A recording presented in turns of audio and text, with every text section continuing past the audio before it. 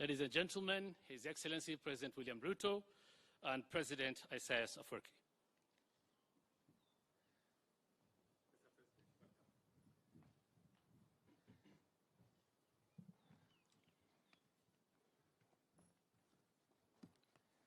I think we can take our seats. Thank you very much.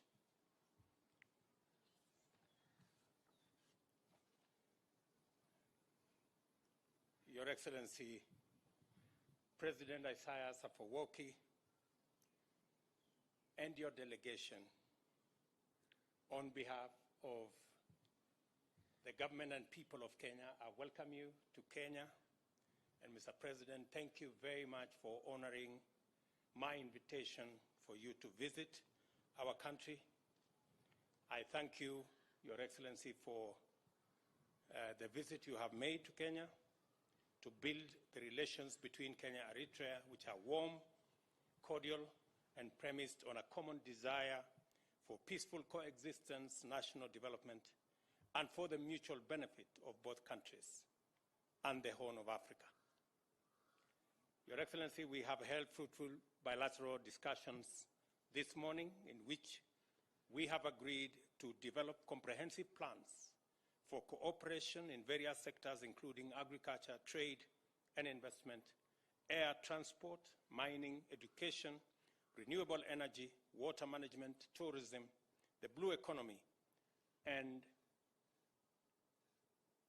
our regional integration. In the spirit to further enhance bilateral relations and regional integration, we discussed strategic cooperation between our two countries. In this regard, I thank you, Mr. President, most sincerely for your commitment to review your country's participation in our regional organization of IGAD.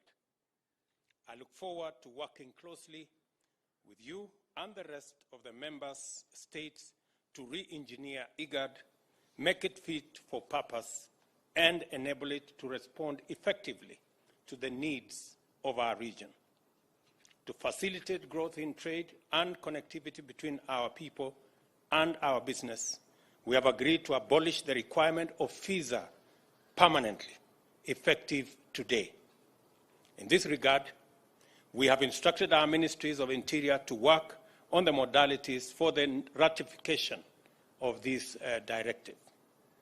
Given the commitment of my administration to deepen and strengthen our bilateral relations, I wish to confirm today that Kenya will open a diplomatic mission representation in Asmara, and I have consequently instructed the Ministry of Foreign Affairs to commence the process of operationalizing this directive immediately. Your Excellency, this will build into our desire as a region to create more connectivity, more networking, to enhance business, to enhance investment, to enhance trade. It is contradictory for us to continue to erect borders with visas and at the same time try regional integration and regional trade. The Africa Continental Free Trade Area provides a framework for this continent to work together in matters of trade, investment, and development. It is counterproductive for us to continue to have a regime that creates obstacles and hurdles for citizens of our continent to move freely, to trade freely, to move products, goods, services freely across this continent, and therefore our decision, Your Excellency, this morning to abolish visa permanently between our two countries is a welcome momentum for us to build a continent that moves easily, that trades easily, and that does its business without hurdles. Your Excellency, we have also signed a framework agreement for cooperation, which will form the basis for elaborating joint action across various sectors. I look forward to the next joint commission of cooperation to give traction to each of these areas of action. I also look forward to continued and strengthened cooperation at the multilateral level and wish to thank President Afwerki for his gracious support of Kenya, including during our campaign for the United Nations Security Council seat.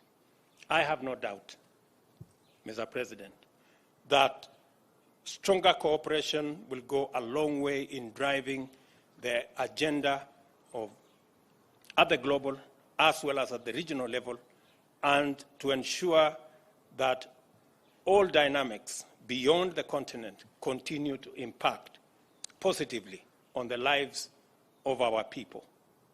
Your Excellency, your decision to reconsider the membership of your country in our regional body, IGAD, will bring fresh impetus, will guarantee new wisdom in managing the affairs that are affecting our region, especially, Your Excellency, in the context of climate change. Greater cooperation, greater synergy, building connections between our region, especially in the Horn of Africa, that bears the brunt of climate change, is necessary now more than ever before.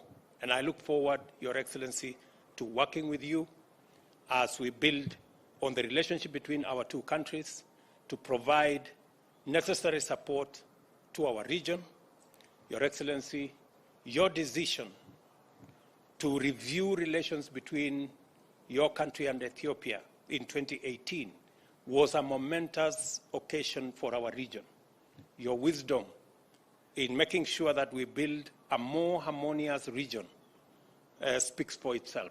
And I look forward, Your Excellency, to working with you to deal with the challenges we have in the Horn of Africa. And I want to single out your training of Somali soldiers who are helping us pacify Somalia. We have Kenyan troops there, and your support for the Somali government by training their troops helps Kenya in making sure that we deal with the challenge of insecurity, the challenge of terrorism in Somalia, and I look with you to ensure that we stabilize Somalia, we eliminate terrorism, and we build a much more secure region. I also look forward, Your Excellency, to working with you in resolving the issues in Sudan and South Sudan, and working with our brothers in Ethiopia to build a better region for all our people, and ensuring that we make this region attractive for investment and for trade and for business. Your Excellency, again, on my own behalf and behalf of the people and government of Kenya, I want to thank you, and it is my hope that I will have another opportunity to host you, Mr. President, and my dear brother, His Excellency Isaias Afwerki, to this home, Kenya, again and soon. I know you call this place your home. Kindly convey my warmest regards on behalf of the people of Kenya to our brothers and sisters in the great country of Eritrea. Mr. President, thank you very much. Thank you. Mr. President, I would start by saying again, congratulate you for your presidency, number one. I congratulate you for this initiative you took to visit Asmara and inspire everybody, including myself, to face the challenge. And as the saying goes, don't add anything to a wise person's comments or comment. What you have said, what you have mentioned is a joint statement for Eritrea and Kenya and beyond. So thank you for that again.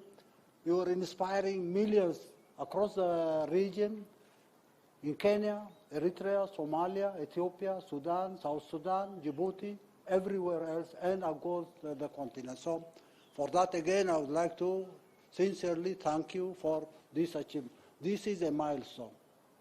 This is a serious time where we, as I indicated to you while we were joking, we need to work 48 hours a day. There are 48 hours per day. We'll have to recoup our lost opportunity and work better in a very refined manner so that we can move faster and achieve what we have lost the last 2 decades and maybe more. Once again, I think this joint statement you have made is enough to explain what we are all about. One very significant thing this morning, you talked about IGAD, your suggestion that we need to reconsider our membership to IGAD. I readily said, no question about that. We're rejoining or coming back again in IGAD with the idea of revitalizing this regional integration organization so that any meaningful bilateral cooperation between Kenya and Eritrea will have to be seen within the context of the integrated region. We cannot achieve bilateral goals without the broader integrated region that we have dreamt to create decades ago. This is no new invention, it's not reinvention, we are not reinventing anything. This is an obligation. In the name of the peoples of the whole region, we have to assume responsibility and revitalizing IGAD so that we can have a functional, real organization for the region is critical. Without that mechanism, ideals, goodwill will not be productive. We'll have to create an institution that is functional and result-oriented so that we can say we have changed the face of the region. I don't know where I can stop, but I will have to stop here and say your statement is a joint statement for everybody else. I would like to thank your team, our team, and the invited guests who've come to listen to this. We would like to prove to you, to everybody else in the region, that this time is completely different. We're working together, we'll achieve our goals, we'll create the necessary mechanisms for implementing goals, we'll have to mobilize resources so that we can be enabled to do what we need to do as an obligation for the peoples of the whole region. Once again, Mr. President, keep it up. Continue in Kenya and outside Kenya. Kenya is my second home, my first home, your second home is Eritrea, and everywhere else in the country. All the best of wishes for the people of the region, and good luck to Kenya and the people here in this country. Thank you once again. Thank you very much. Your Excellencies, we have members of the local and international media. We're going to take about 3 questions. 3 questions, and kindly, when you ask your question, direct it to either of their Excellencies or both if you want, and say the media house you represent. Thank you.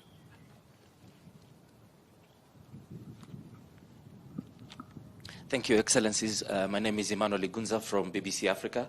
My question is to both of you, Excellencies, regarding particularly Ethiopia. Both of the countries are heavily invested in the peace and security in Ethiopia and also in the region. And part of the agreement that the country had made was for the withdrawal of Eritrean troops in Ethiopia, in Tigray region. Have you discussed this, and how do you think about this in terms of taking forward the peace process?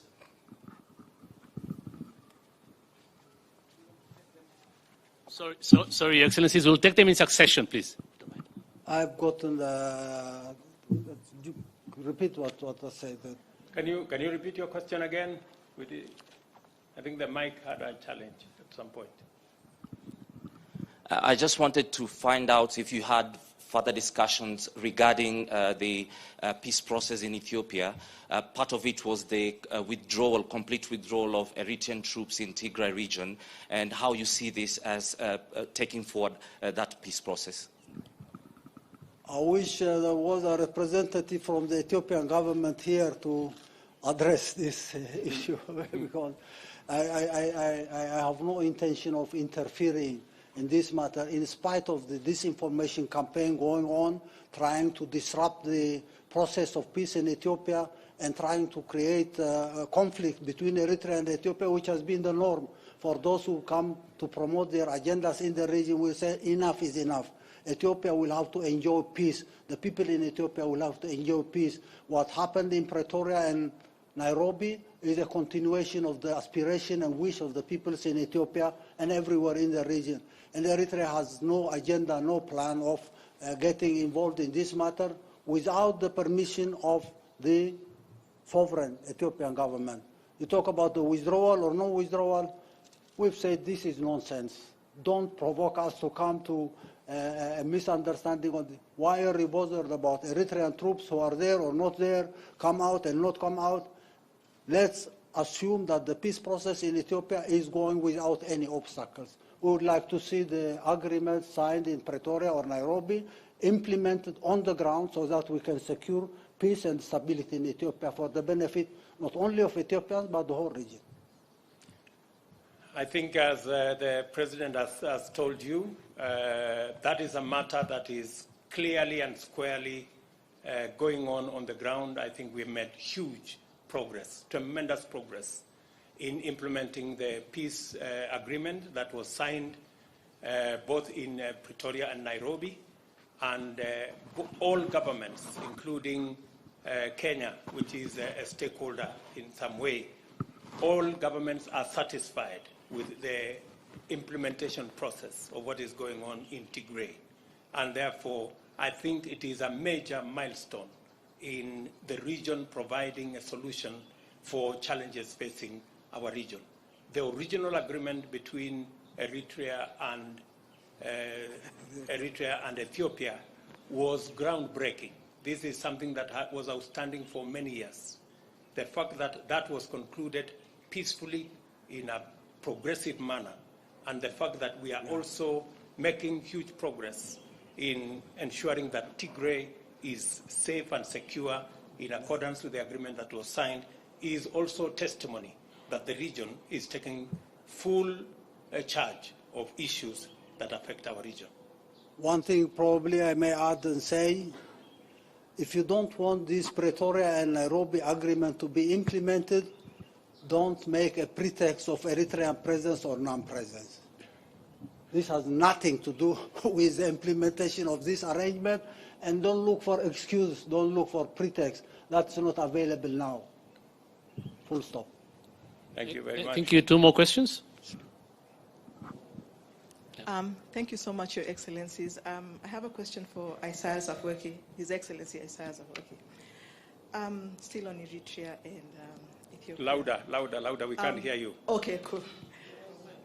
My name is Rael Umbor. I'm with the Washington Post here in Nairobi. So what is Eritrea's response to we cannot hear you. Can you raise your voice? Like this? Okay, Yeah. cool. So what is Eritrea's response to repeated overwhelming documentation of war crimes by Eritrean troops in Tigray? And why did it deny its presence there for 5 months after the troops entered? My second question is, how many Eritrean troops have been killed in Tigray? And my third question to you is, do you have a plan for transition of power or elections in your country? Thank you. One question at a time. I will answer the first question. And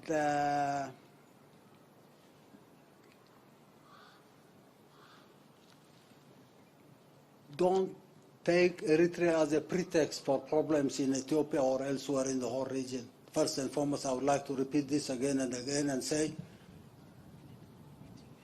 why is it an excuse for anyone, Washington Post or anybody else, as far as Ethiopia is concerned? This agreement is signed. It will take time to be implemented on the ground, and it's up to the government of Ethiopia to decide on the mechanisms and processes of implementing this arrangement. Don't try to drag us into a situation. But again, this question will have to go to a factory I call fabricating lies and disinformation, and go ask that factory or the owner of that factory who is talking about human rights abuse, who is talking about so many things happening on the ground.